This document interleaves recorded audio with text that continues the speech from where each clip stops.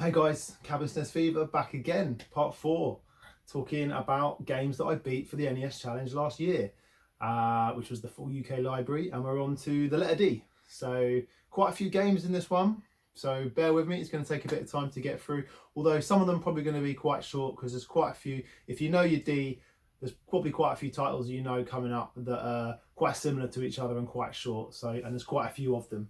But let's get into things. First game, Darkwing Duck. Another Capcom and Disney collaboration. The NES is overrun really with Capcom Disney games, and overrun in a good way because they're all good. This is no exception to that rule. This is another really good game. Darkwing Duck was a cartoon that I probably didn't watch as often as some of the others. It kind of was a spin-off of DuckTales. Although, I don't know, was Darkwing... I really can't remember. I don't know if it was referenced as Darkwing was possibly like some relation to one of the DuckTales characters, maybe Scrooge's cousin or something. I don't know. Although, actually, yeah, it's got a... Is that a Gizmo in there? I can't remember his name. But yeah, that's the guy that is like Scrooge McDuck's kind of the guy who flies the plane. So yeah, there is a connection there. But I don't really remember the cartoon. I remember not really liking it as much as DuckTales, to be honest. So when it was on, I didn't really watch it as much. But they made a good game anyway. It's essentially a Capcom game. Sorry, it's essentially a Mega Man reskin, which isn't the first time Capcom have done that. But hey, I mean, Mega Man reskin, is that a bad thing? Mega Man's always good. More Mega Man, yes please. It's a lot easier than Mega Man, and you know, like a lot of Capcom's Disney games, it's tailored to a younger audience. But yeah, I mean, it's still got a bit of challenge to it. It's definitely more challenging than, say, Chip and Dale, for example. There are limited continues, and there's quite a few levels. There's a little bit of puzzle solving in there, I think. What I liked about it is it's a bit like Mega Man. Actually, it's probably more like Mega Man than any of the other reskins that I've played, is that you've got special weapons that you can uncover throughout the game, and then you can use them.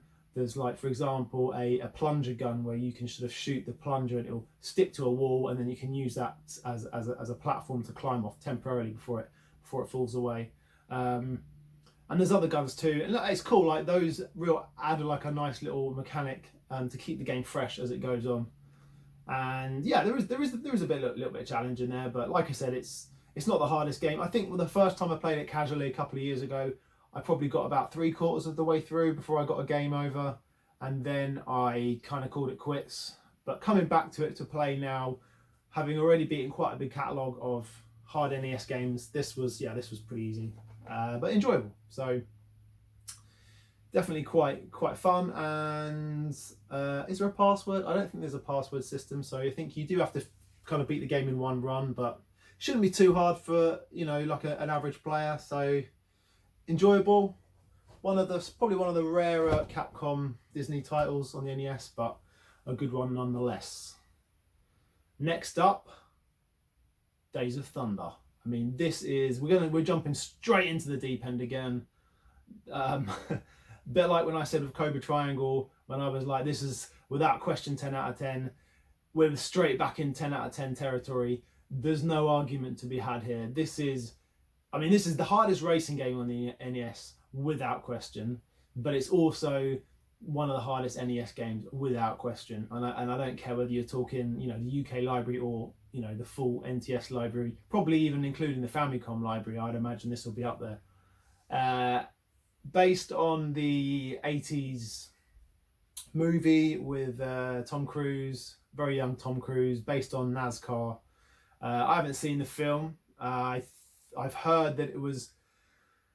I think this game, actually, I started a little bit of research because I was interested to know about the history of it, and supposedly, you know, the producers of the film got together with some real NASCAR drivers. They got Tom involved, and they were kind of following them for a little while during the league to kind of get a sense for the movie. And I think some of the drivers felt quite hard done by when the film came out.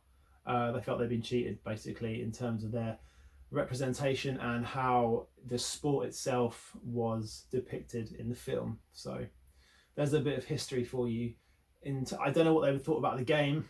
To be quite honest with you, if they wanted the movie to represent the sport in a serious way and not in a kind of whimsical kind of Hollywoodized silliness, then maybe this is the kind of game that they wanted. Because this game, if you come to this expecting an arcade racing experience, you got a very different thing coming, because this is like a seriously teeth-grindingly complex and just difficult game to not only master, but just to even understand how to play it. Like it demands a lot of patience and a lot of dedication to get good at this game. Like, I guess I don't really know NASCAR that well, but I assume that tracks in NASCAR are similar to what they are here, where there's nothing with any sharp corners. It's all kind of bowls, and like, you know, just all about speed, and your corners are all, you know, raised corners, you know, like kind of just circle tracks basically, where the corners are just continuous circles, or semicircles, as you go around, and, you know, with steep banks.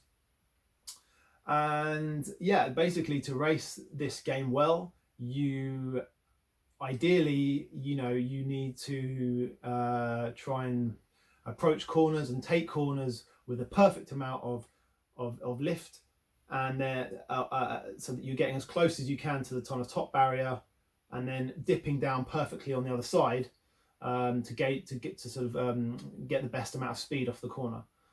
There really isn't enough. There isn't enough length in the straights on each track to overtake people. Sometimes you can do it, but it's very hard. Basically, the main times you're going to be overtaking people is on corners. So therefore, you need to master corners, and it is a lot harder than it sounds. You know, you have a speedometer, an tachometer, and essentially a rev meter, which you need to be always looking at. You need to perfectly know exactly where those needles need to be every time you're approaching a corner, so that you let go of the accelerator and then whack it down again every time your tachometer drops to the right position. And the thing is, that changes through the track depending on your tyre wear. And tyre wear is unavoidable. You can't, no matter how well you race, your tyres are going to wear down. And the more they wear down, the more skid you're going to get on those corners. So, therefore you need to sort of, you know, be more cautious on the corners, and you have to again, like, understand exactly how much acceleration to take off your car as you're coming to that corner. It's just, you know, it's just a hell of a demand on understanding.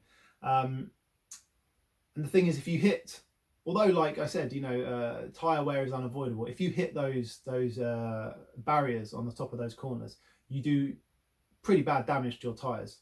You know, you might get away with 1 or 2 crashes during the race, 1 or 2 bumps, but any more than that, you know, you're probably going to have to enter the pits more times than you would have had to. And if you're doing that, you might as well just give up, because this game is won and lost in the pits. And that takes us on to part 2 about how hard this game is. It's because the pits, oh my god, the pits. I mean, talking about realism, I just didn't think the NES would be able to kind of take a game like this that far, but they really have. I mean, you go into the pits, the clock's still going all the time, you can see other drivers overtaking you, well, it tells you that you're being overtaken, so the pressure's on, and you're controlling, is it 4 people or 5 people? I think it's just 4 people. Yeah, it's 4 people pretty much at once. You've got a guy refueling, 2 guys doing the tyres, one of them jacking the car up, one of them changing the tyre, and another guy doing engine repairs if necessary. And, you know, you having to sort of, like, you know, I think the B button, possibly, I can't remember what it is. The B button cycles through them, and then you can move them around. The A button gets them to sort of start their motion. But when I say you have to get this perfect, I do mean absolutely perfect, to the absolute second. You have to know exactly how many presses of each button will get to which person. You know, you have to know exactly how many steps it's going to take them to go round the car to get to a certain position. You can't get them get stuck or get in each other's way at any time. You have to do them in the right order, because, you know, if you don't, for example, if you've like jacked the car up then the guy who repairs the engine, for example, can't repair the engine, or certainly like the guy who's refueling. If you've got the side of the car that the refueling's being done on jacked up, he can't refuel, so he's wasting his time then. Do you see what I mean? So yeah, it just demands so much practice, so much understanding of the pits. And best for me, really, the only way that happened was by, I didn't have any emulation to practice with. I didn't have any save states or anything, so I basically had to just play the opening qualifying lap.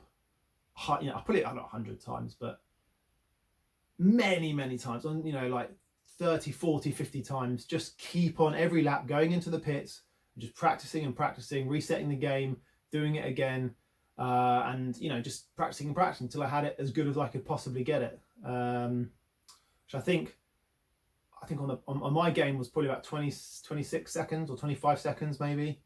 I think that's quite slow on the NTS because obviously the conversion rate. I think some of the NTSC games might be able to get it much lower, but in PAL I think that's pretty good. I don't know, but yeah, I mean it was as good. It was good enough for me to beat the game with. So it must have been good enough. But like even when you got your pits perfect, the game is so unforgiving. Like each race, drivers, I don't think the opponents really go into the pits. So you're kind of always at a disadvantage. So you need to race perfectly, get as big a advantage as you can in the race, hopefully get into first place early on, and then take a big lead so that when you enter the pits, you're not sort of suffering too much from your time in there. And even then, it's very rare to win a race. I think I played this game for probably nearly 6 months of the challenge. I was playing this game on and off.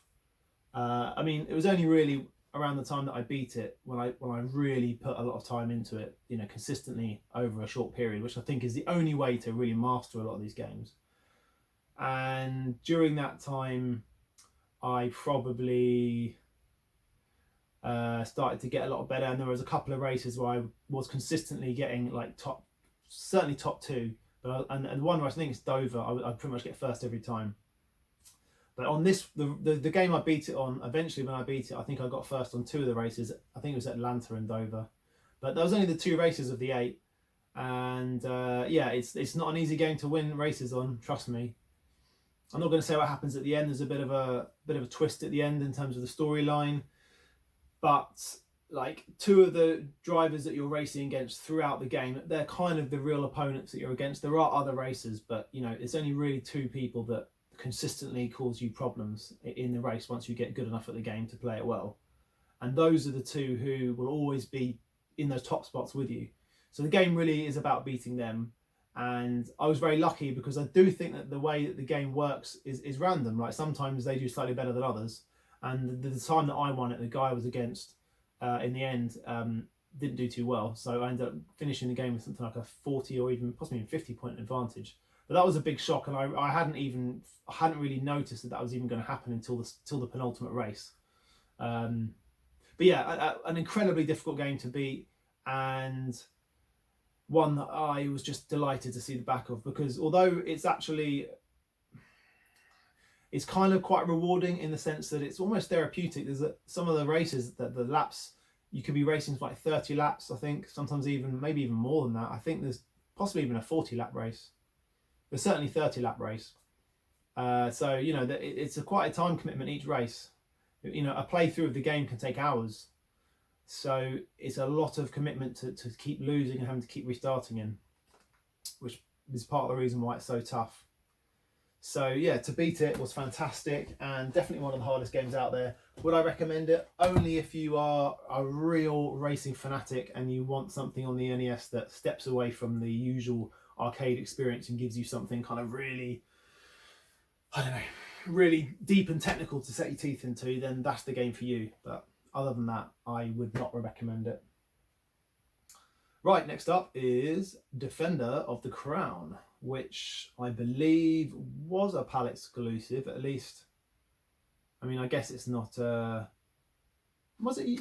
I don't think it was released in the US, probably Japan as well, but PAL exclusive, I guess, for Nintendo, excluding Famicom. Originally a home computer, I think quite a popular game on home computers. Amstrad, CPC, and possibly Commodore. as well. I don't really know, but this is the NES port, which is probably not that good a port. I don't know, because I haven't played the home computer ones.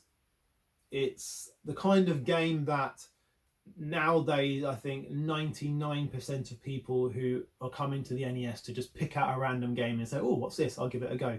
Will turn it on and just be like, what the hell is this? I don't want to play this rubbish. And you know, that's the end of it, because this is a game of its time. It's very dated.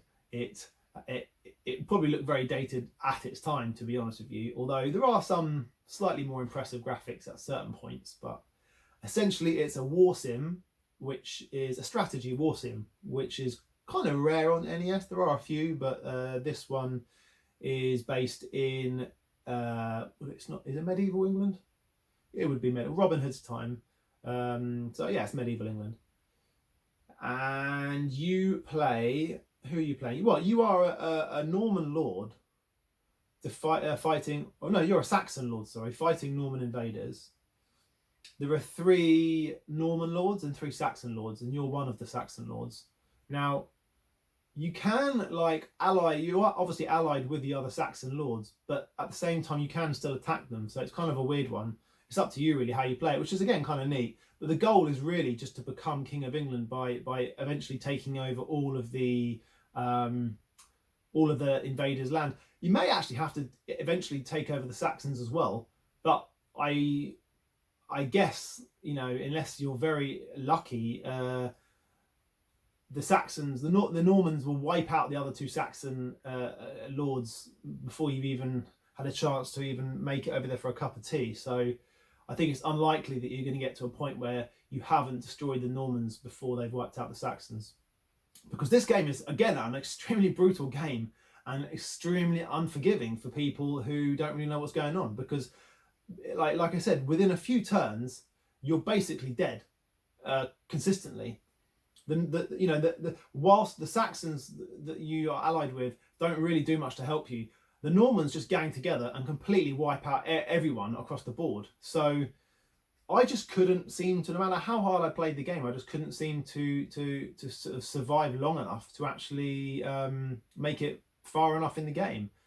Even though there were certain tricks that I read about, you can ask Robin Hood to come and help you. He's like a neutral in this sort of thing, but you can go to Sherwood Forest and get him to come and help you with battles, which I did do in the end for certain things, but that didn't seem to help me at the beginning. There's also like tournaments that you can hold, which is quite cool, I suppose. You can invite the Norman lords, even though you're trying to kill them, and Saxon lords to be involved in a tournament, which involves like some horrible, poorly controlled jousting and axe swinging and stuff like that. That, yeah, they all control terribly, and I mean terribly, like really, really delayed responses, and half the time I don't know what the hell's going on anyway. But I think if you win those tournaments, you get more kind of your status goes up, which maybe means that you get more money. And I never won any of them because I can never do it.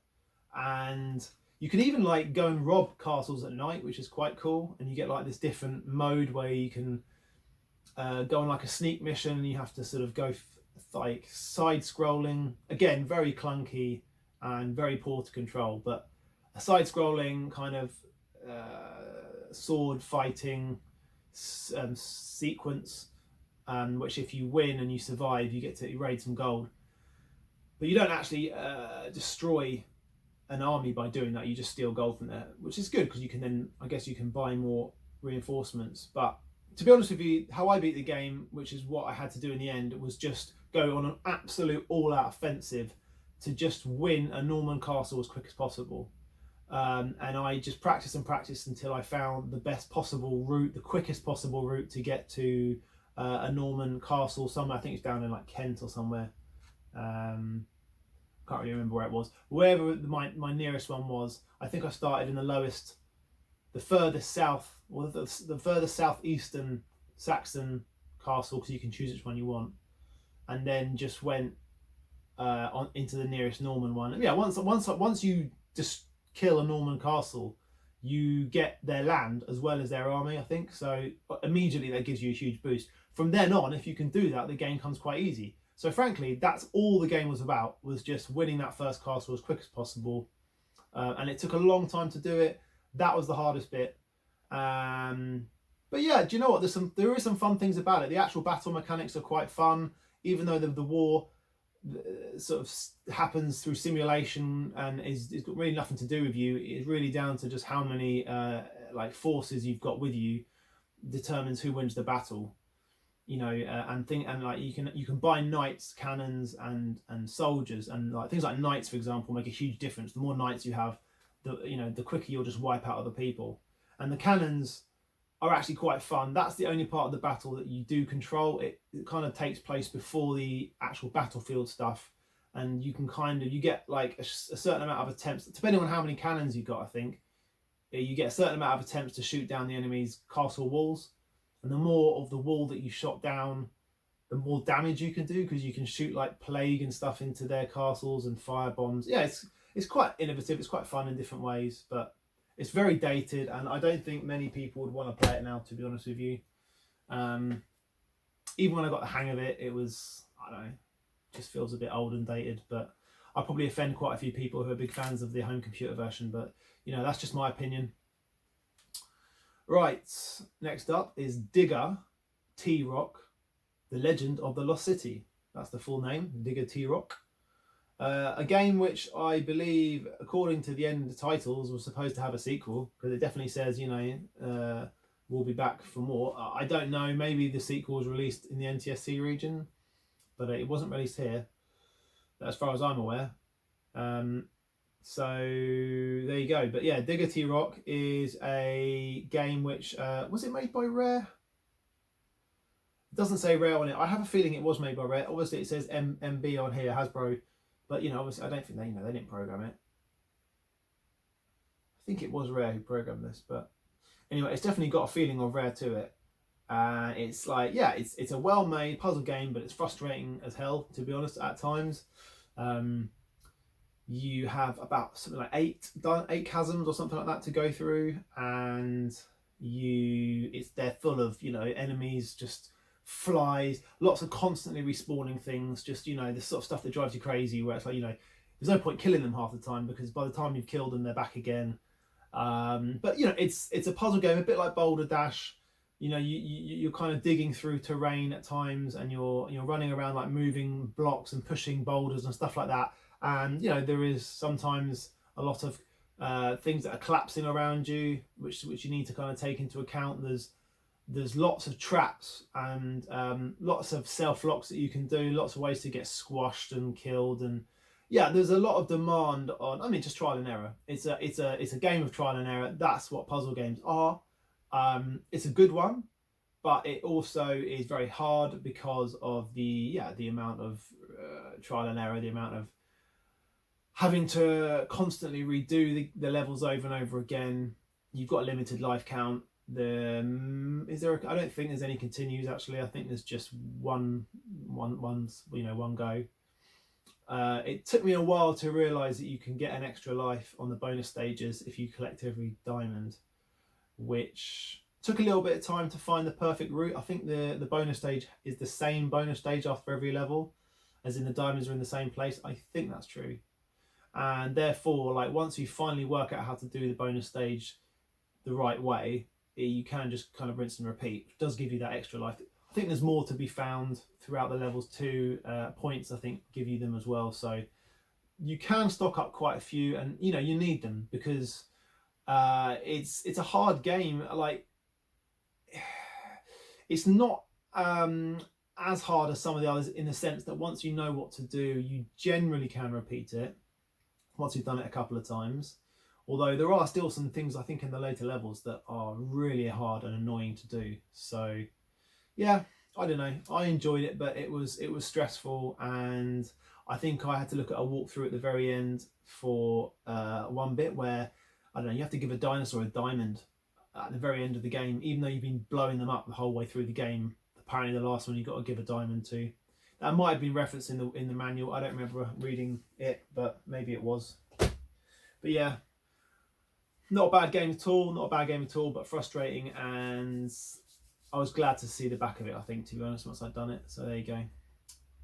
All right, Donkey Kong, a classic and quite a rare cart as well. So this is the original black box launch title, one of the original launch titles, based on Nintendo's, was it Nintendo's first cabinet, arcade cabinet, Donkey Kong? I think it was. I should know that. I'm pretty sure it was.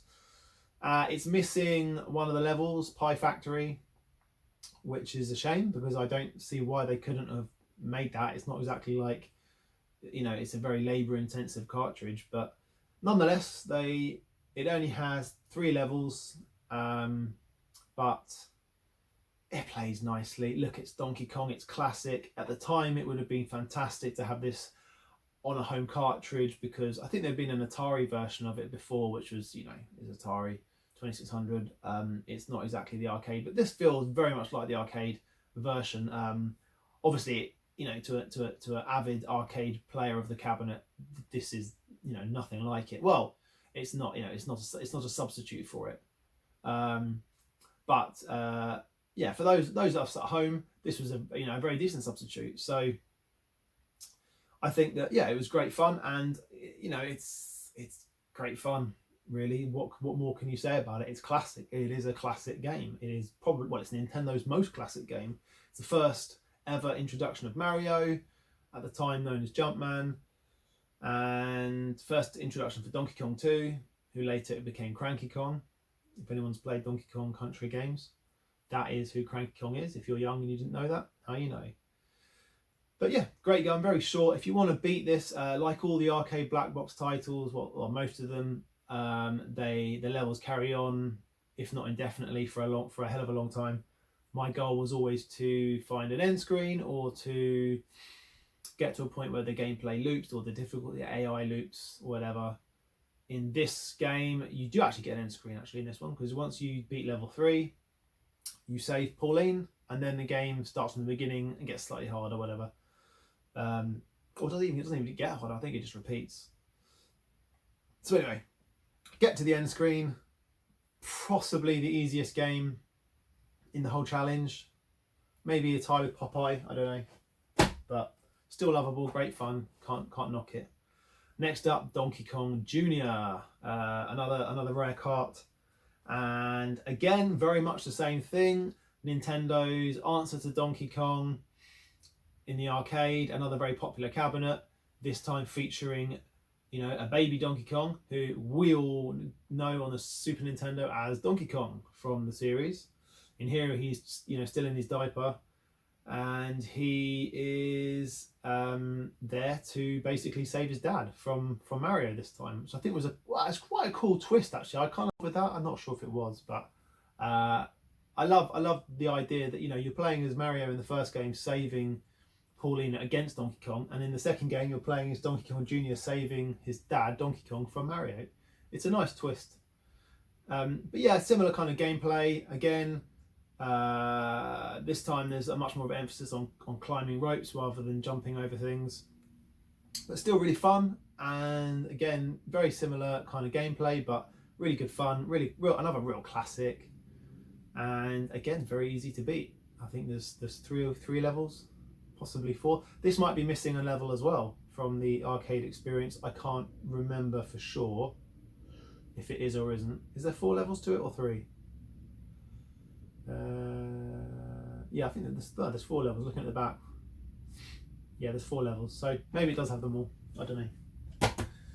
Right, Donkey Kong 3. Have you noticed something? Yes, I don't have a box for this one. I was hoping to have picked up a box by the time I'd beaten this game for the challenge, but I can never seem to be able to find one for a reasonable price. Basically, I was just looking for a box only, and they don't turn up very often. This one, you know, this one's got the manual with it, so I got it for a very good price. You know, back in the day, I wouldn't have bought it on its own, but it was literally, I think it was 15 quid with the manual. So I just thought, oh god, you know, let's just get that.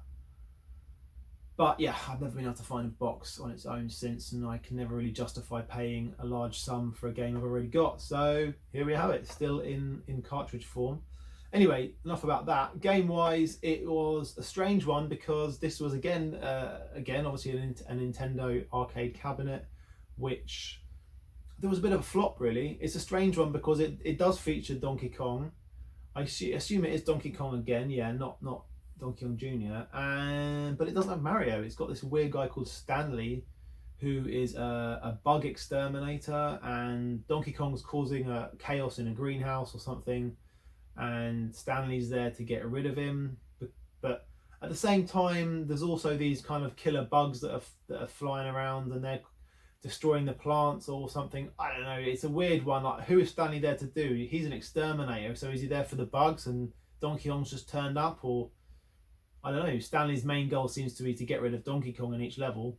That does seem to be the aim, because Donkey Kong's coming down the vines and you need to sort of shoot him up the arse with bug repellent until he buggers off into the next level above, and then you move up to that level. But at the same time, you need to kill loads of bugs. It's definitely the hardest of the three. It took the longest to beat. This one doesn't have an end screen. This one rolls on indefinitely, but to beat it, you only need to get to stage 4. That's where the gameplay loops. So it's not really difficult at all. But I think I carried on to like stage 10. But I'd never really played it before, which didn't help. But I still found the gameplay probably the hardest. Some of the bugs have like, they have projectiles that they shoot when they explode and stuff, and Stanley moves okay, but he's still got that early Mario-esque Jumpman mechanic to him, so he's a bit sluggish, and moving out of the way of things is a bit harder than some of the other games. But yeah, it was a bit of a flop in the arcade. I don't think people were ready to have Donkey Kong without Mario, and me too. I was like, who's Stanley? We never saw him again as far as I'm aware. So anyway, there we go. That's that one out of the way. Okay, next on the list is another one. My only other boxless game, and that is Donkey Kong Junior Math, the final Donkey Kong game. This one is probably the rarest NES cartridge you can get over here, and it is an interesting one. It is Donkey Kong and math. I mean, who really wants that? If you're a kid, you open it a Christmas present and then you're presented with, oh, what's this? Donkey Kong, NES, math? No thanks. Yeah, well, I guess some parents must have tortured their kids with that. But yeah, here we have Donkey Kong Junior Math, and it is basically Donkey Kong Junior reskinned with a math mechanic instead of the fun platforming stuff. I think there's three elements to it. Yeah, you've got 2 very basic modes of adding and subtracting, where DK gives a number and then you have to, as playing as Junior, climb ropes, pick a number, and then jump down, hit like a type of multiplication, and then jump and find another number, and you basically have to get to the number that DK is holding up. It's okay. I mean, it's very simple.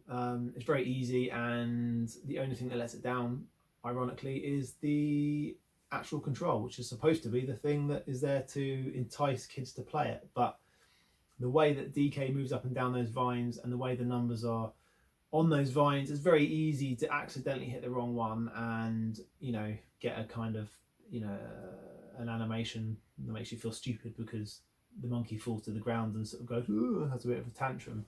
But I feel like having a tantrum because it's not my fault that you can't program it to work better, basically. But anyway, like, the first 2 modes are very easy. There is a third mode, I think, called Calculus, which is, and by the way, I'm saying this because I did actually beat the game. I want to point this out. A lot of people would have probably skipped this and been like, I don't need to beat that. Well, I did all the Calculus mode, which was is it 10 or possibly 15? I think there was 10 different elements of calculation. Everything from basic addition, subtraction, multiplication and division, all the way through to sort of long division, the dreaded long division. And unlike the other mode where you can basically, if you wanted to, cheat with a calculator, I didn't, but you could do if you really wanted to, if you're that sad. But in this one you can't, because you have to show all your working. It's got the, it's got kind of squares already there for each number that you of the equation, so I guess you would know how many numbers are going to be in the workings of the equation, but you have to find out what those digits are, and any of them wrong, even one, then you don't get your egg, which is annoying. Supposedly if you get the calculation correct without a mistake, you win an egg. I don't know what the egg's for, but I don't know if monkeys like the eggs, but there you go. In each of the 10 calculation sections, there are 10 questions. So I think I was striving to get, I felt like I had to do myself justice and get 10 out of 10 for each of the 10 things. So basically it's 100 questions I was trying to get an egg for. It took its time, but I did it. So I proved to myself that I can do math. And yeah, long division was hard. I think I had to actually Google how to do long division because I'd completely forgotten. And the method that they were using in this game is even outdated by Google. So there you go. Right, Donkey Kong Classics is, I'm going to be very quick about this one. I did beat it again. It's a combination of, well, it's Donkey Kong and Donkey Kong Jr. combined into one cartridge. For those people who were desperate to play it and couldn't get hold of the originals because they were quite rare and hard to get hold of even during the NES time, I guess. So yeah, this was released later on. What was it, 1990 or something like that? Don't know, it doesn't say actually, but anyway, yeah, late release. Exactly the same two games. They haven't included Pie Factory in Donkey Kong, so that, you know, that's something they could have done to make it sell better, but they didn't do it. Anyway, there you go. Right, Double Dragon. Oh, I shouldn't sing like that. It's gonna sound awful. Sounds better in your head. Remember that. Double Dragon. This is a game that I love. I had it as a kid. I played it with my brother a lot. It's so funny. I used to play this game so much, as I did with Double Dragon 2, that I have in my memory a false memory of me playing this with my brother in 2-player. But that's obviously, to anyone watching who knows, that's impossible because this game was a single player only experience. The 2-player mode, you took it in turns rather than being on the same screen co-op, so that sucked compared to obviously the arcade original. But I still love it. I think this is a game that if you are after the arcade original, then you go Mega Drive or one of the home computers maybe. But if you just want a cool game that's original, and this is original, it's almost an homage to the arcade version, and it's very much its own thing. It's a remix basically, and I think it's really, really good. It's got great music. It plays well. It's very much limited by what it can do in terms of how many enemies are on screen at a time. There's lots of graphical flicker and stuff like that, but it's still cool. And like, it's early days. It's got quite a few weapons to use, which was novel for how early it was. And it doesn't look as good as some of the other beat 'em ups on the NES by any stretch, but it's still cool, And it also has that really janky, dodgy versus fighter mode. Probably one of the earliest one-on-one co-op fighter modes that you can do, which I think you can play against someone else. Can you play against someone else in that one? I think you can play against a friend in that one, against each other, but I mean, that's not what this game's good for, that mode. But yeah, the single player is cool. In terms of beating it, I beat it as a kid anyway, so it wasn't too difficult to do it again. Took a few goes. Really what it comes down to is those bricks at the beginning of level 4, which is the final level. The opening to that stage, if you can lose up to 2 lives if you're not careful on those moving bricks, I used to find. It's a bit of a luck game. I find everything else in the game I can manage. Abobos and stuff don't worry me, and a lot of the platforming stuff in level 3 I can do quite easily. But yeah, beginning of stage 4 is a bit random. Okay, Double Dragon 2, my only cartridge original from my childhood. This is the only one I still have, and it's pretty beaten up, but I refuse to replace it because it's the only one I have. So the rest of them are buried in a flipping time capsule under a school. which if you want to know more about, you're going to have to watch mine and Bits and Bobs' video, which will be coming out, either coming out by the time this has come out or coming out soon. But you can get the full story on that. Double Dragon 2, my favourite of the series. I think that they kind of hit the nail on the head with this one. It's got like, it kind of took away slight edge of the clunkiness from the first game. It's still got a bit of clunk in there, but it's a little bit less slow and a little bit less clunky than the first one.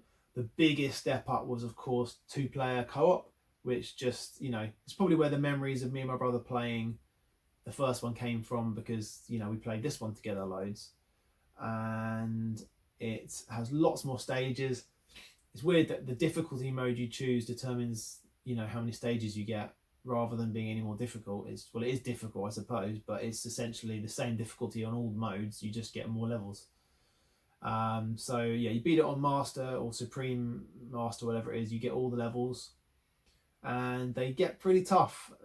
Like the first game, there is a healthy dose of very janky platforming that goes with the game later on.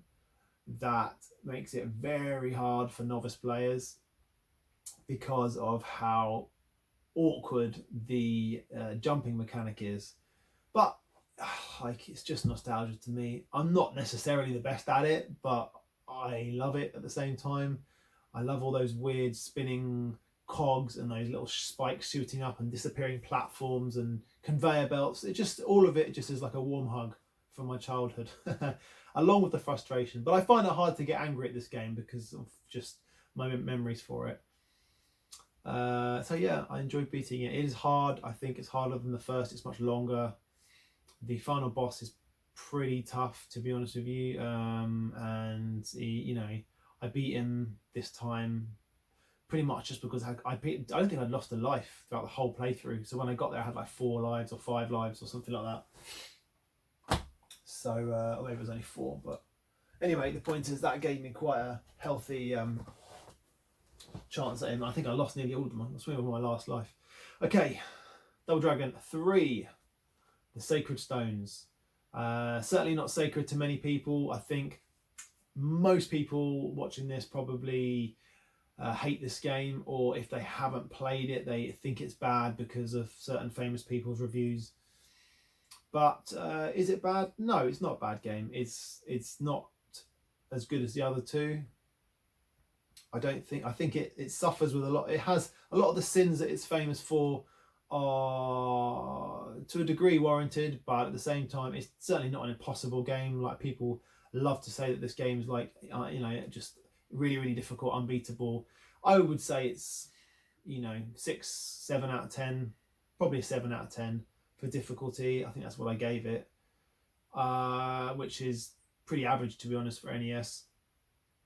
Like, yes, what's difficult about it is that it doesn't give you the freedom to just feel like a badass like the first 2 games did. Like, enemies in this game are a lot tougher. They gang up on you far more quickly. They have a lot more health, and they have quite nasty kind of tricks like running in and fly kicking you from off screen very quickly and things like that.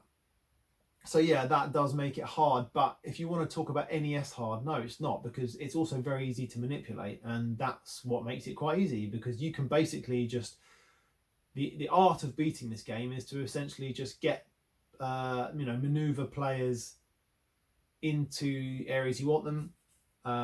Ideally 1 on each side, go up and down, and when they get close, jump and do a spin kick. It's kind of pathetic, but you can kind of rinse and repeat the spin kick throughout the whole game, which is cheap and definitely makes it no longer as enjoyable as the other games. Because also, I don't think you even have as many moves as the other games. With Billy anyway. But anyway, it's because of that mechanic, it makes it, in my opinion, not too difficult. What's neat is that as the game goes on, you acquire more characters. I think it's the same guy, but in the second level you beat Chin. He's called Chin and he's got purple hair, and I think he's supposed to be the boss of the second level in Double Dragon 1, who you fight continually throughout that game, except now he's like really fat. So I don't know if it's supposed to be him. I like the idea that it is him, and it's like time's been bad to him, and he's just kind of like putting a lot of weight. He's no longer a badass. But yeah, he joins you, and he's like, a player, and he basically is a second life. Because the other thing that people can't believe about this game when they haven't played it is that you only have one life, and once you die, it's game over. There's no continues. So yeah, that is quite daunting. But like I said, once you understand that by getting to level 2 and beating the boss, that's a second life. And then I think it's is it either level 3 or level 4? You fight a ninja at the end who, is he a boss? Or I can't remember if he's a boss or whether he just joins you anyway. But he joins you too, and he's actually really good. So then you've got 3 lives, essentially. And you can switch between these guys in a level. So it's kind of like having 3 life bars that you can utilize throughout every level at all times. So, and it does make the game easier. And especially with the ninja, like Billy, he has a move which you can manipulate enemies with, which is the kind of somersault kick. So yeah, it's not as hard as it seems. You just got to put a bit of time into it and understand how to do it. There's also weapons that you can get for each character. I think Billy's got nunchucks, and there's a claw that you can get for the chin. Something else for the ninja, maybe a blade. So there is different stuff that you can do to make the game a bit easier. But yeah, I didn't find it too bad. I found manipulating bosses manageable, and yeah, it was quite a fun game to beat. Maybe it's just because coming into it, I was expecting to get my ass kicked, and when I kind of kicked the game's ass a little bit, it was just a bit of a surprise. To be honest, that is often how this challenge panned out for me, is beating games. Going into games that I expect to be really difficult turn out to be not that bad, and the ones that I kind of thought were going to be pushovers end up making me want to smash my face into the TV. So I don't know. I guess it's one of those that I thought it was going to be that difficult, and it was all right. Next up is Double Dribble. Just finishing off the kind of American sports. I think we've covered American football, 10-yard fight. We've done baseball. We've done ice hockey, and now it's time for basketball. So again, Konami, like Blades of Steel, took charge of this one and did a fantastic job. Basketball is a game that, obviously I'm aware of it, and I've played it quite a bit in my time. It's quite big over here. I wouldn't say that NBA is that big, but basketball is big. There is quite a bit of UK basketball scene as well. Certainly, you can find basketball courts around, or certainly a hoop anyway, in lots of places. But yeah, I didn't really follow NBA. I don't know the rules that much of like court basketball. Basketball for me was just something you play with some mates, on usually with one hoop. And often just, game of pig or something. People know that. Anyway, but yeah, that doesn't mean I can't enjoy the game, and I did. And I don't know how honest it is to the real life game, but it feels pretty accurate. It's probably missing quite a few rules. But you are stuck with only 3. You've got 3 or 5. I think you've only got 3 players on each team, and you basically yeah, you've got a pass, so you've got like a long pass, and you've got you can shoot when you get into certain areas. You can shoot from outside for like the 3-point zone. I don't think I actually managed to get any 3-pointers throughout the game, but I think it's more of me not knowing the exact, because basically I think you trigger your jump, and then you trigger the release. So I think, yeah, you hold the button to jump, and then when you let go is when you release to actually make your shot. So there's an element of finesse to taking a shot, which is, it takes a bit of time to get used to, and that's quite neat actually. It's the same with like when you go for a dunk. You've got your air time, and you need to know when to release it to actually dunk it. It's quite cool. Like, I like that. It took a bit of time to kind of get used to that control. Things like the passing is far more simple. You just point in the direction and hit pass, and then you've got to be careful, because especially on the more difficult AI, your passes seem to be intercepted. Sometimes completely defying the laws of physics. So it can be a little bit annoying, but equally you can kind of intercept them as well. So turnovers are quite quick often. But yeah, it's quite a challenge. On the hardest difficulty, I think it took me quite a few goes to beat it. I didn't have to do it on the hardest difficulty. I chose that just for completion's sake. And yeah, I'm happy to have done it that way because it was a rewarding experience. I think there's only one game. Yeah, there's no tournament mode or anything, which is a bit of a shame. Bit of a step down from Blades of Steel there for the single player campaign, because there is only the one match. But I'm sure, you know, 2-player, that would be where it would really shine. Right. Dr. Mario. Very fondly remembered by many people. One of Nintendo's Nintendo's own version of Tetris. And who better to be the face of Nintendo's attempt at Tetris than Mario? Chuck a white coat on him, have him throw a load of pills at people, and there you go. It's very quick to pick up. If you know Tetris, you're probably going to be quite ready for a game like this anyway. It's kind of like the easier version of Tetris 2. I don't want to talk about Tetris 2 because I'm going to have to at some point when we get to T, but that game is forever just burnt into my head as something that makes me like immediately cringe and kind of want to cry. This is the easier version of it, but it's definitely not easy. You have like 3 germs that are infecting I don't know what it's supposed to be. It's not really someone's body, it's like a big I don't know what it's like, a microscope almost. But anyway, there are 3 germs, 1 yellow, 1 red, 1 blue, and you need to eradicate, basically kill them by creating a line of 2 or more of the same color that touches them. But to get to them throughout the stack is, you know, various colored blocks that need to be removed first.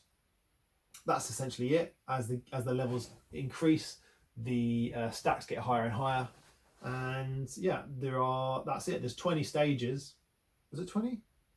Pretty sure there was 20 stages, and once you beat them, you get the end screen. So you start at 1. You can choose which stage you want to which stage you want to start on, which is fantastic. So you can come back to the game as you please, unlike Tetris 2. But in this one, yeah, you can pretty much start on level 20 if you wanted to. I started on 1 and worked my all the way up to 20. It took a long time. I think level 20, I don't know, close to an hour, 2 hours maybe. I don't know how much it was. It was a long time. I think I did a time lapse of level 20 on my review, which you can see condensed to a minute. I don't know how many retakes it was, but a hell of a lot. But yeah, we did it in the end. Great feeling, and yeah, I mean, what can you say? This game's probably better in 2-player mode, which is probably where it really shines. But yeah, it's a fun puzzle game, and it's like, even at the hardest difficulty, it's still very much like playable for someone who you know, isn't Rain Man like Tetris 2. Okay, Bram Stoker's Dracula could possibly be labelled under B, but I'm doing it under D just because of how big the word Dracula is in the title. Based on the movie, again, the one with Keanu in. Never saw it. Don't think it was very good. There's been a lot of games. It's one of those games that, you know, whoever was behind that movie, I don't know what company, but they obviously thought, let's cash in, let's make loads of money on this, because there's versions on loads of consoles. The NES one, is it good? Not really. It's kind of a halfway house between a good game and a game that suffers a lot with faults, basically. There are difficulty is coming from a lot of things that just piss you off, because it's like, oh, you know, you want to play this game, well, you know, I hope you like beginner traps, basically, because that's how we're going to make this game hard. We're just going to fill it, and I do mean fill it, with beginner traps. And it just becomes a game of memory, really. You know, where does that enemy spawn? Where does that fucking lava thing appear? When does that thing drop out the roof? Because half of these things happen, you know, on the other side of a chasm. You know, you'll be mid-jump and you know, a ghost appears. So you have to kind of know, oh, this is the one that's got that ghost appearing. Oh, I'll jump halfway across and then come back so that I can make the ghost spawn. Stuff like that. I don't know. It's just annoying. Control wise, it's a bit annoying too at times, but it's okay. I don't know. It's okay. It's in that borderline between good and bad. As I said, the bosses are kind of quite easy, I think, if I remember. But I think the last stage had me quite angry because there's a lot of hidden walls and secret ways that are just annoying. Yeah, I don't know. It's just annoying. There's a time limit on all the levels as well, so there's always that element of, oh, I've run out of time. I don't have enough time to do it. It's one of those games where you know that there's still quite a lot of things to do in a level. Like for example, the boss fight, the timer's still going. So like if you haven't made it to the boss and you've only got 30 seconds left or 60 seconds left even, and you're nowhere near the boss, you're just thinking, I'm not doing it. There's no way. And so it's that annoying factor to it. That's just like yet another annoying element to the game where you got a ticking time left that you just, you're not going to do it. So yeah, not the hardest. I mean, it was possibly over 2 nights that I was beating that one. Maybe, I don't know, 7, 8 playthroughs.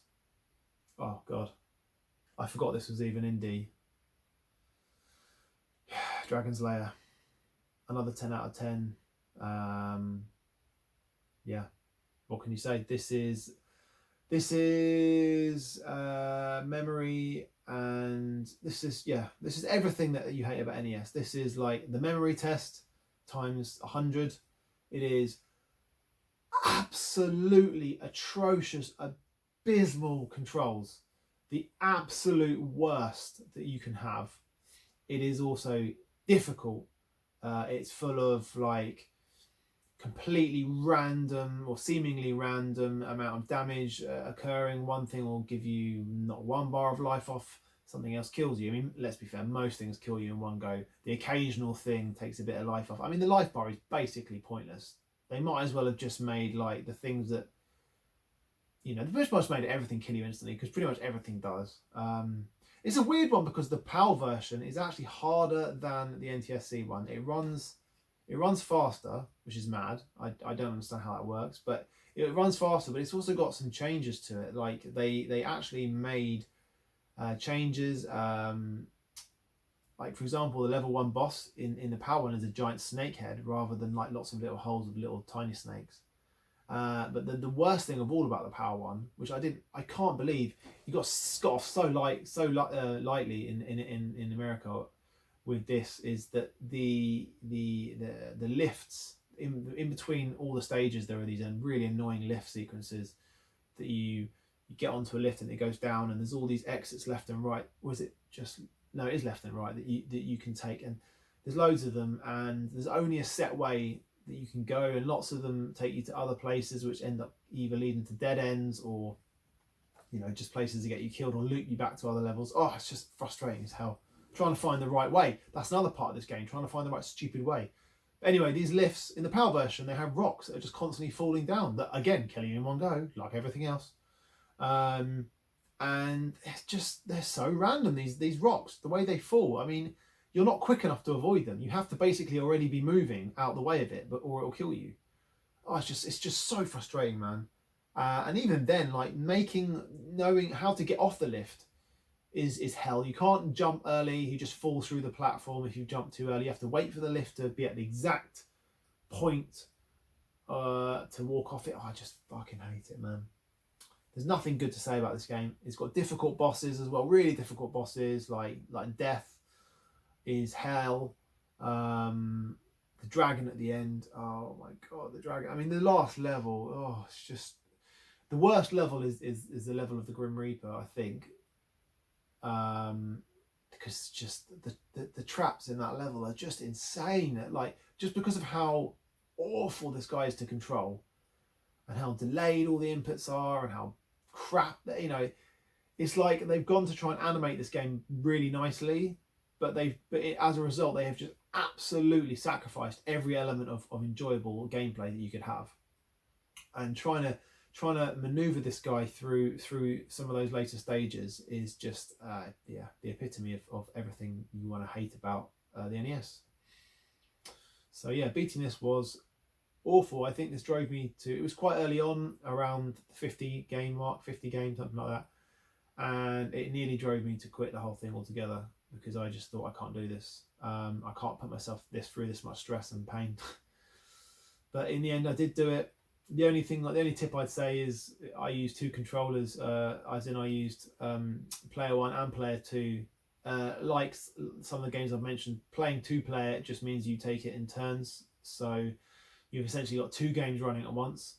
So that's my own advice. I did that to kind of make the grind slightly less annoying, because it's like every time I die, I then go straight back into the other game and I can carry on with that one and see how far. So every time I die, I'm not having to just, necessarily, well, when I get a game over, it's not necessarily game over. I've still got the other game going, so slightly less of a grind, but it's hardly much of a tip. It's just a way of making sanity less, less insane. Sorry. Okay, we're getting there, guys. We're getting there. We've only got 4 left. Drop Zone. This is a game which is an arcade. I think this is another PAL exclusive. This was an arcade action arcade, classic action arcade game, quite similar to Defender, I think. Found a single. It's like a single screen, but it's on a continuing left and right motion. So that's the best way to describe it. Vertically, it's a single screen, but horizontally, it continues across quite a long board. Which, when you get to the far end of it, you immediately appear back at the, if you got to the far right of the board, you appear back at the far left. Essentially, I think I managed to explain that. Hopefully, that makes sense. Your goal is to basically fly around and to pick up humans that are lost on the planet, I guess, and you're trying to get them back to your base to safety. Meanwhile, all these like robots are flying down, androids, and they drop. Yeah, I think they drop droids down to try and capture the humans and bring them back into their ships, from where they turn them into kind of like crazed monsters that then fly around the screen after you really quickly. It's quite tough, but it's really fun. Like, it's a really cool shooter. It's got it's kind of unlike the NES. It feels more like something you might get on the Vectrex or something like that. It's got that, definitely got that kind of vector graphics feel to it. A lot of like pixel, I don't know what the word is. I was going to say pixel art, but that's not what I meant. But yeah, just a lot of kind of graphics that you'd find maybe on something like Atari, but it's wonderfully arcadey, and it's full of great sound effects. It's really fun. It's fast, and it plays really nicely. And it's probably quite hard, but like I said, once you practice at it more, it becomes quite easy, I guess. I found it quite easy after a while. You start stockpiling loads of lives. It rolls on indefinitely, again, forever, but for me, my goal was to get 1 million points, because that is when you get the best end screen, basically, when you die. Although you can carry on after 1 million, but when you die, you're given the best end screen, which I think gives you something, I can't remember exactly what it's supposed to say, something like, well done, you've got the best score the game gives you. That's not what it says, but that's essentially what it should say. Unfortunately, I couldn't do it. And that is because, if you've read my review, the game, I don't know if it's just this one or whether it's the Power one in general, or maybe it's just certain versions of this one, it just seems to have a bug. I don't know what it is, but like, I can't find anything online to explain what's happening. Not that there is much information about this game online, but I can't find anything about it. But the game just seems to get to a point where it will not finish a level. Look, I know how you finish the levels. Once all the humans are saved,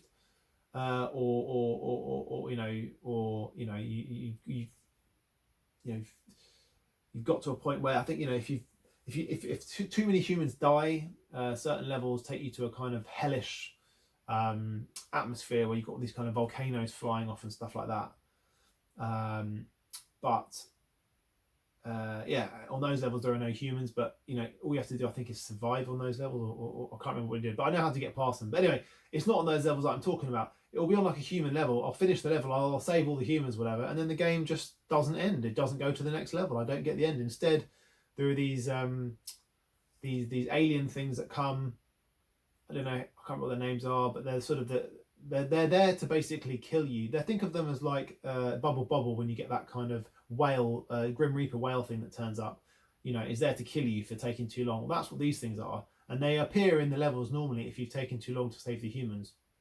But I'll have saved them all, and then the level won't end, and then these things will start coming. And it seems to be completely random when this happens. It happened to me, you know, it'll happen when I'm, you know, around 100,000 points. And then it happens at me when I'm at 70,000 points. And then the game that I finally gave up on was when I was at, I think, 600,000. So I was nearly at 1 million. And believe me, I would have done it because I had not hundreds, but I had loads and loads and loads and loads of lives. And that's the thing that's annoying, is even when you die, you get stuck in this loop. It doesn't end the level. So I played on for ages. I tried killing these things that come. I must have killed 100 of them. And they're hard things to kill because they're super quick. But it just wouldn't end. And like I said, I could find nothing about this online. So as far as I'm concerned, at least this version is there's something wrong with the ROM on it, and I can't finish the level. So there you go.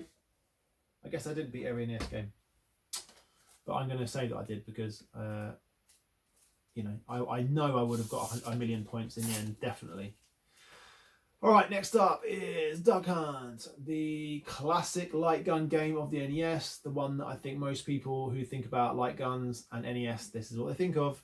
And it's yeah, it deserves the accolades. It's great fun, and it's, I mean, to me, it's probably the like, apart from things on the PlayStation, like I feel I missed out on the Super Scope on SNES. I don't think there were many games that were any good on it anyway. And I don't remember any light guns for the Mega Drive. Were there light guns on the Mega Drive? There probably must have been, but I don't remember any. I feel like the 16-bit era, people were bored of light guns. We kind of did it in the 8-bit era, and then we were just like, we don't want it in 16-bit. So when 32-bit came along, then all of a sudden we jumped back on board. But for me, when I think of light guns, I think of, you know, Time Crisis and obviously in the arcade's different. Lots of games there, but I think of Time Crisis. I think Point Blank. I think, you know, Die Hard Arcade. Die Hard Trilogy, and I think Duck Hunt. I go back to Duck Hunt all the time. To me, this is the classic light gun game, and it plays really, really well. I have a CRT, obviously, which I play on all the time, so I'm able to play light gun games because, you know, without that you can't do it. But yeah, it plays brilliantly still, and it's great fun, you know. To beat this game for my challenge, I was looking for the point where the game loops, essentially, and I guess the point for that was level 20, beating level 20, because after level 20, there is, you know, you've basically got the point where you've got a perfect score, where you have to shoot every single duck. You can't miss any ducks. So it's like that indefinitely after. So that was my goal: get to level 20. I didn't bother with 1 duck. I just did it on 2 duck, because 2 ducks harder than 1 duck, because you've got 3 shots. You've got 3 shots on 1 duck, and you've got 3 shots for 2 ducks. So obviously the 2 duck mode is harder because you've only got 1 bullet to spare for each duck. So yeah, that's what I did it on. And I also did the clay pigeon shoot, which again I had to beat level 20. Clay pigeon shoot is harder because the targets are smaller. There's 2 clays again. There's no option for 1 clay. It's 2 clays with 3 bullets. Hard. The duck I managed to beat from the recommended 6 feet, but I couldn't do clays. I had to move closer for that. I just, you know, arguably I put that down to the fact that I've already beaten the ducks and that had taken some time, so I already had quite a lot of fatigue. But realistically, I think I just couldn't do it because my eyes aren't good enough and my hands are a bit too shaky these days. Right. Duck Hunt, Capcom, Disney again. I think when people think Capcom and Disney, this is what they remember most fondly. Like, this is like one of the most fondly remembered NES titles up there, and that's no different for me. I had this as a kid. I loved this as a kid, and I still love it today. Quite easy, like all the Capcom Disney games, but like this is the most fun of the Capcom Disney games. Great music, like really a fun sense of adventure throughout them. Lots of like hidden like just sort of trinkets and diamonds and stuff to find. Different endings as well, depending on how much things you found. I was looking for the best ending for this game, although it wasn't part of the challenge. You know, I didn't really necessarily have to get it, but that's what I really wanted, was to get the best ending. And I think my score was something ridiculous. It was like 100. It was like 9999999 or something like that. Like, you literally couldn't be any closer to the 100 million or 10 million or 1 million. I can't remember what it is, but whatever it was, I was literally like one digit off, pretty much one diamond off getting it, which sucked. But yeah, I'm sure I could. I've done it before to get the good ending. So anyway, there you go. But yeah, I mean, great game. Every level on there is unique, and they're in a different environment. Great music, great kind of mechanics in all of them. The jumping on the cane works perfectly. Yeah, just fun. And the moon music. Do you love it? Of course I do. Like, everyone loves the moon music. Remade recently. I haven't actually played the remake, so I should get around to it sometime. Right, the final game. For anyone who's still here, well done. You deserve a medal. But I hope you're enjoying it. But here we are, the final game, Duck Hunt 2. Probably Capcom's rarest Capcom Disney title for the NES. Bit of a late release. What are we talking about? Does it say on here? No. But I guess you're probably looking at 92, something like that, maybe 93.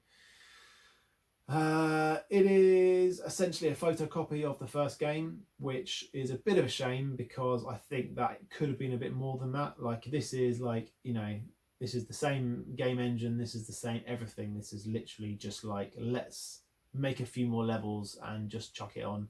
Nowadays it would, basically be DLC. But yeah, I mean, it's okay. It's okay because it's the same, and if you like, and I love the first one, so surely I love this. Yes, I do enjoy it, but without the nostalgic attachment, and because I was hoping for something a bit more, no, I don't love it. I think it's okay, but I don't think it's particularly good.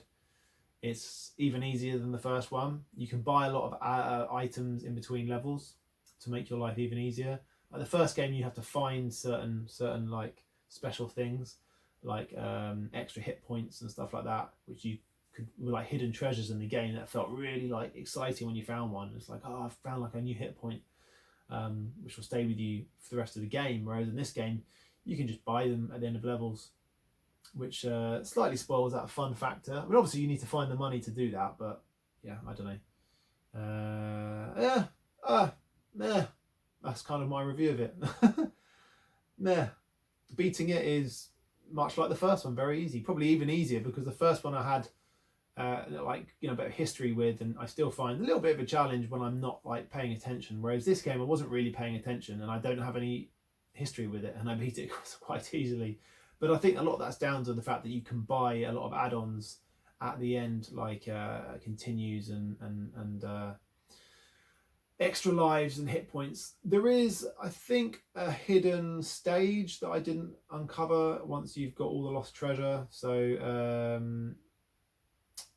yeah, so there is a better ending, I guess, to the game, which I haven't beaten. And much like the first game, I didn't get the best ending on the first game. Didn't get the best ending for this one either. So there we go. There's something to return back to at some stage. But I wasn't really bothered. It was just like, beat the game. I beat the game. So there we go. Still, that was a long one. Not sure if I've got any breath left in me, but that is it for D. I think next time we're going to come back with, well, we're not going to do E because there's only 2 games. So we'll probably come back with, 3 games actually. I guess we'll combine E and F. Maybe G as well. We'll see. Anyway, thanks very much, guys, as always. I hope you enjoyed. That was quite a ramble. So thanks to anyone who's still here. And yeah, big shout out to Mr. Bits and Bobs again. 16 Bits and Bobs, guys. Check him out. My good friend. We had a good laugh in here the other day, filming something that you're all going to see. Much more entertaining than just me rabbiting on my own. I was in hysterics when he was here. We had a really good time. So be sure to check it out. And yeah, I will catch you all soon for the next episode. See you later. Is that still recording? I bet it's not.